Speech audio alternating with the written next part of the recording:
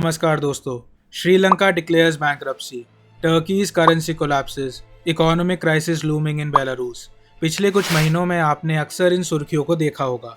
The world after Covid is different. Flourishing economies को भारी मंदी का सामना करना पड़ रहा है और कुछ देश जैसे कि श्रीलंका ने ओपनली अपने आप को दिवालिया घोषित कर दिया है। इस वीडियो के माध्यम से हम उन देशों पर चर्चा करेंगे जो बैंक्रप्सी के कगार पे हैं। चलिए शुरुआत करते हैं अपनी यात्रा। सबसे पहले श्रीलंका की सिचुएशन के बारे में जानते हैं। श्रीलंका's इकोनॉमी इज फॉल्टरिंग। 70 वर्षों में वो अपने सबसे खराब आर्थिक संकट से गुजर रही है। इन्फ्लेशन रेट्स रिकॉर्ड तोड़ चुके हैं, food prices are sky rocketing और गवर्नमेंट कॉफर्स खत्म होने के ब्रिंक पर हैं। सरकार ने इस कमजोर इकोनॉमिक सिचुएशन के लिए कोविड को जिम्मेदार बताया है, लेकिन एक्सपर्ट्स का ओपिनियन अलग है। उन्होंने पॉलिटिकल मिसमैनेजमेंट और राइजिंग डेट टू चाइना को कॉज माना है। Rajapaksa government mismanage Sri Lanka's finances. उन्होंने नेशनल इनकम से ज़्यादा खर्चा किया, डीप टैक्स कट्स प्रोवाइड करे। इसके अलावा उनकी बाकी इकोनॉमिक पॉलिसीज़ ने श्रीलंका की अर्थव्यवस्था को भारी धक्का दिया। वर्ल्ड फैक्टर्स जैसे कि pandemic induce slow down, growing cost of borrowing और रूस के यूक्रेन पर आक्रमण ने फूड और फ्यूल प्राइसेस को एक्सपोनेंशियली इंक्रीज किया। इन सभी कारणों से श्रीलंका इकोनॉमी की इतनी खराब हालत है। दूसरा देश जिसकी हम बात करेंगे वो है पाकिस्तान। श्रीलंका के बाद एशिया में सबसे अधिक इन्फ्लेशन रेट पाकिस्तान का है। पाकिस्तान सेंट्रल बैंक डाटा के अनुसार अक्टूबर 2019 से रिजर्व्स अपने लोएस्ट लेवल तक पहुंच गए हैं। बढ़ती हुई डेट पेमेंट्स और लैक ऑफ एक्सटर्नल फाइनेंसिंग के कारण पाकिस्तान फॉरेक्स रिजर्व में हर वीक $500 मिलियन से ज़्यादा डिक्रीज आ रहा है। पिछले एक साल में ही पाकिस्तान रुपये में 35% का डिवैल्यूएशन हुआ था। पाकिस्तान की प्रेजेंट इकोनॉमिक सिचुएशन के कई कारण हैं, जैसे कि पाकिस्तान में पॉलिटिकल इंस्टेबिलिटी, फॉरेक्स रिजर्व्स में कमी, IMF के लोन डिस्पर्समेंट में देरी, एक्सेसिव मिलिट्री एक्सपेंडिचर और रुपी डिवैल्यूएशन। नेक्स्ट हम बात करेंगे इजिप्ट की, the land of Feroz. Egypt आर्थिक संकट से गुजर रहा है। इसका प्रमुख कारण है जनरल अब्दुल फतेह अल सीसी द्वारा अपनाई गई economic policies. An excessive reliance on borrowing, absence of spending priorities ने इजिप्ट की इकोनॉमी को वीकन किया है। उदाहरण के लिए द एडमिनिस्ट्रेटिव कैपिटल प्रोजेक्ट, इसकी कीमत $50 बिलियन से भी ज़्यादा है। इजिप्ट गवर्नमेंट उन प्रोजेक्ट को सपोर्ट करती है which serve only the wealthy elites at the cost of the poor. Russia Ukraine war ने स्थिति को और भी गंभीर कर दिया है।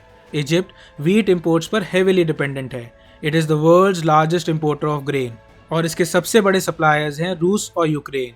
वॉर की वजह से व्हीट सप्लाईज खत्म होने की कगार पे हैं। Global food and fuel prices all time high पर पहुंच गए हैं।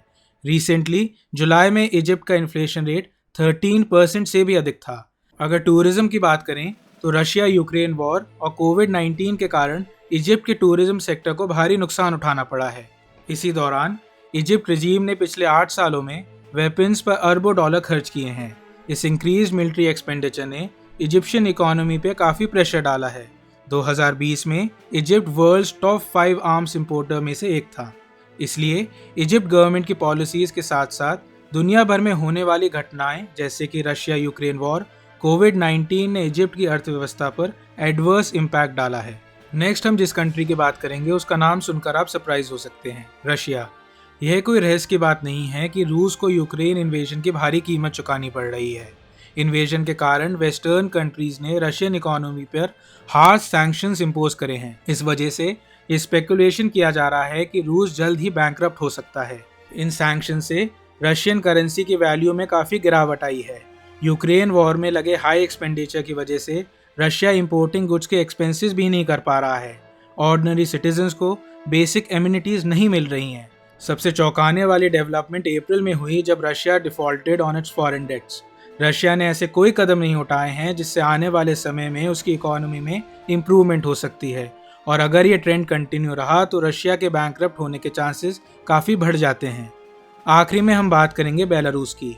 ये देश रशिया के साथ बॉर्डर शेयर करता है और ऑनगोइंग इन्वेजन में one of the only Russian allies है। हालांकि यूक्रेन वॉर बेलारूस की वर्तमान इकोनॉमिक कंडीशन का कारण है, लेकिन इसकी सरकार कई वर्षों से नेशनल डेट का भुगतान करने में संघर्ष कर रही है।